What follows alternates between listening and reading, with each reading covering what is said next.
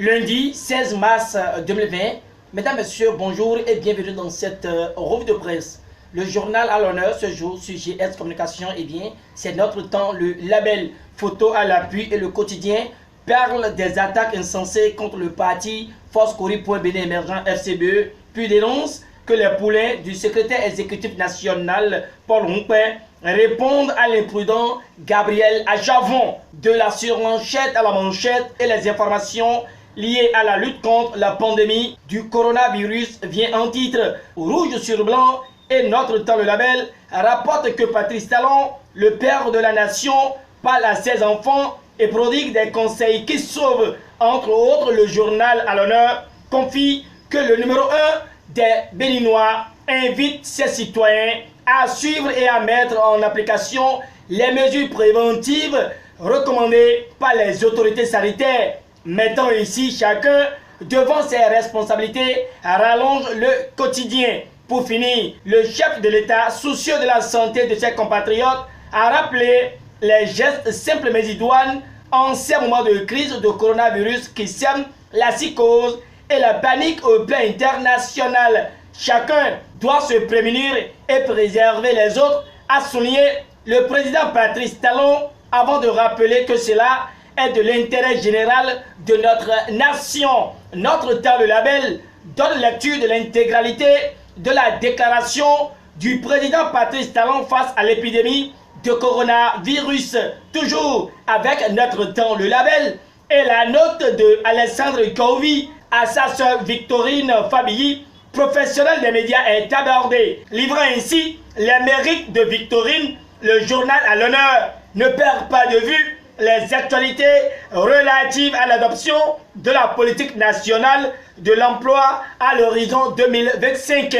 Le président Patrice Talon sort l'artillerie lourde contre le chômage renchéri. Notre temps, le label Talon, un bon père de famille selon le Béninois libéré, s'implique et parle à son peuple suivant Défi Info, puis donne des recommandations pour la lutte contre la propagation du coronavirus, rallonge le matinal avant de livrer les clarifications du président de la Sénat concernant la délivrance de 8 récépissés provisoires pour les communales du 17 mai prochain. Le Béninois libéré confirme cette information et affiche la photo de Abdoulaye Biotchane pour le Bloc républicain, Bruno Amoussou pour l'Union progressiste, Claudine Afiavi Prudence pour l'UDBN, Jacques Ayadi pour le parti Moi le Bénin, Soumanou Toleba pour la Force Cori pour le développement du Bénin, Boni Yahi, représentant les Forces Cori pour le Bénin émergent FCBE, Adrien Mbedi pour le PRD et Nathanaël Koti pour le PER. Le journal de Aboubakar Takou rassure que c'est les 8 partis politiques ayant obtenu le précieux sésame. Pendant ce temps, Fraternité opine sur l'obtention du récépissé définitif pour les communales de 2020 et est convaincu que le suspense reste entier. Mais en attendant, le quotidien de Ménotin donne les raisons à l'origine du rejet du dossier de MLP de Sabi Sirak Rogone. Déçu d'une telle situation, l'Éco-Info voit que pour les communales de 2020, l'Union progressiste, le Bloc républicain et ses 6 alliés sont autorisés et seul le MLP, entendait Mouvement populaire de libération, qui est écarté. Que c'est triste, écrit le journal de Gilbert Makou, révélant que ça devient la règle au Bénin. Pourquoi tant de haine et tant d'initiés à l'endroit des jeunes de l'opposition, s'interroge l'Éco-Info, qui croit savoir que Sabi Sirak Rogone et Expérience Tébé ne l'entendent pas de cette oreille, assurant qu'il comptait faire appel à cette injustice, alors que Dynamise Info, depuis la Commission électorale nationale autonome Sénat, analyse sur la pré-délivrance des récépissés provisoires et révèle que le plus dur pour les 8 partis politiques est retenu dès cette semaine et trouve qu'il y a nécessité de rester collé à l'application impartiale des tests.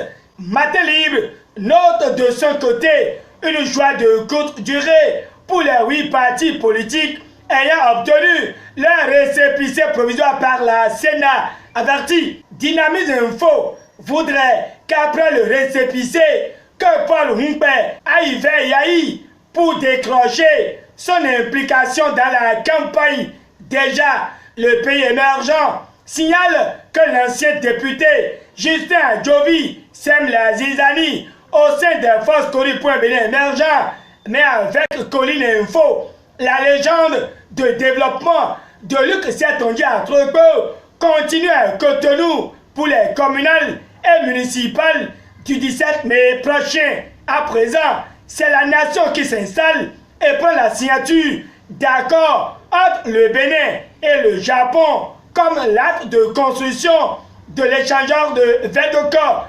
Heureux que cette infrastructure sera livrée en 2023. Le Soleil Bénin Info répond que le réformateur national est déterminé à mettre fin au calvaire des populations. C'est avec le passage du gouvernement au campus que le Clairon rallie les journaux précédents et mentionne que Alain Roula apporte la bonne nouvelle aux étudiants en leur exposant les nombreuses actions du gouvernement pour une université performante et une formation de qualité face aux étudiants en l'absence de leur ministre de tutelle. Dynamisme Info se demande si Alain Roula est l'homme qui a la maîtrise de tous les dossiers, alors que nous tendons vers la fin de ce premier rendez-vous de la semaine. L'Afrique en marche voit les manœuvres pour torpiller la conférence nationale et déterre que René Awansou répond au professeur Victor Prudent Topanou. Ici, il ne s'agit pas d'une réponse, mais d'une méthode pour épargner l'épidémie de coronavirus et le pays émergent confie que les baisers de paix pendant les messes sont interdites dans les églises catholiques. Et voilà qui vient mettre un thème à cette revue de presse. Merci de l'avoir suivi où que vous soyez. Portez-vous bien, bonne journée et très bon début de semaine à tous et à chacun. Au revoir et à demain.